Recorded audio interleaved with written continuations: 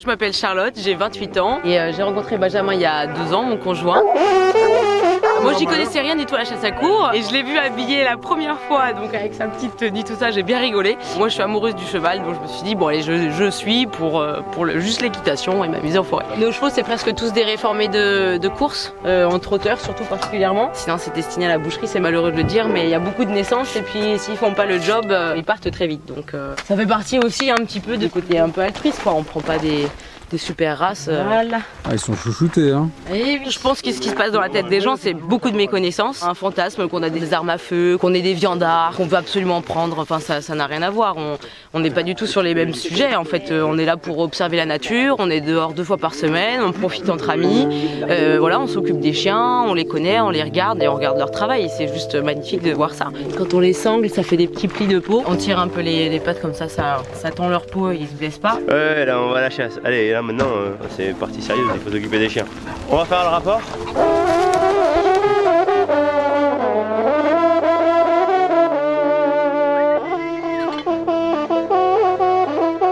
J'étais pas végane, mais je mangeais pas beaucoup de viande, pas de bébés animaux comme on dit, donc je faisais vraiment attention un peu. Et puis aujourd'hui, je mange de tout et je chasse. Le déclic, c'est déjà un petit peu tout le côté humain, quoi. C'est une équipe, c'est un travail d'équipe. On est juste là pour encadrer et en fait, on est presque spectateur de ce qui se passe. Et ça m'a plu parce qu'en fin de compte, on n'a pas vraiment d'action de chasse. On cadre, on observe et puis quand on voit des choses qui sont cohérentes, on communique. Pour moi, c'est vraiment le propre de la vénerie. Il a fait ce qu'on appelle un ours varié, elle est arrivée par un côté, repartie par l'autre et on ne sait pas dans quel sens on a pris la voie. Du coup, on est perdu.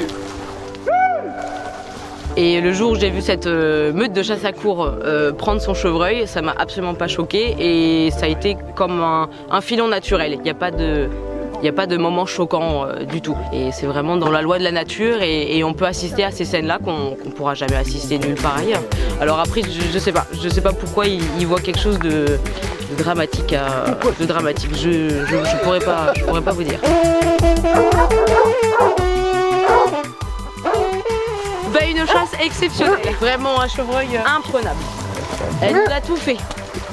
On a fait 2h20 de chasse, donc on a fait une bonne trentaine de kilomètres derrière ce chevreuil. Relancé, l'eau, les chemins, les chiens étaient formidables, les humains formidables et les filles. On va rentrer tranquillement au pas, au rendez-vous, un seau d'eau. Les chiens comme les chevaux, ils ont fait une grosse chasse aujourd'hui. Ah oui, oui.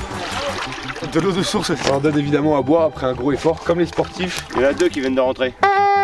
Ah, petit bonhomme, mais oui, on a pris le chevreuil sans toi. T'étais où?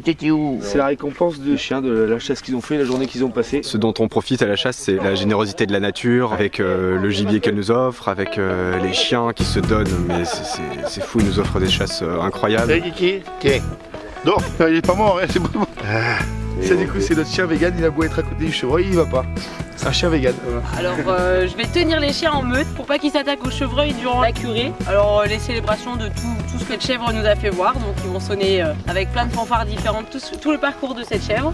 Et pendant tout ce temps-là, évidemment il y a les chiens qui sont là qui attendent pour le manger et il faut que je les tienne un petit peu derrière. Allez. Non, j'essaye d'être autoritaire mais je leur ferai jamais de mal. Alors et en plus ils m'engueulent. Alors hop, ils sont beaucoup plus nombreux.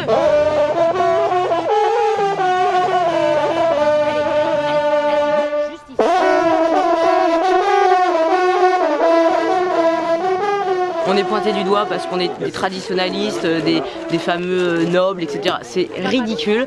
Nous on est agriculteurs, il y en a plein qui ont plein de boulots différents, on n'est pas là.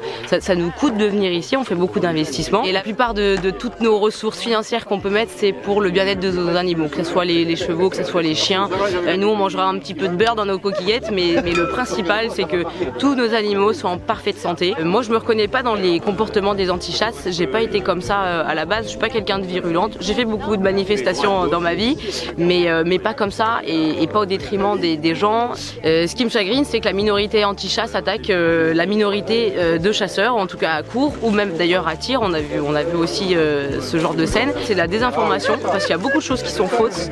Il y a des actions qui sont pas du tout expliquées de leur part. Moi, ce qui m'a choqué, c'est leurs vêtements de militaires, de machin. Il y a une image qui se donne. C'est des gens où ils m'inspirent pas du tout la confiance.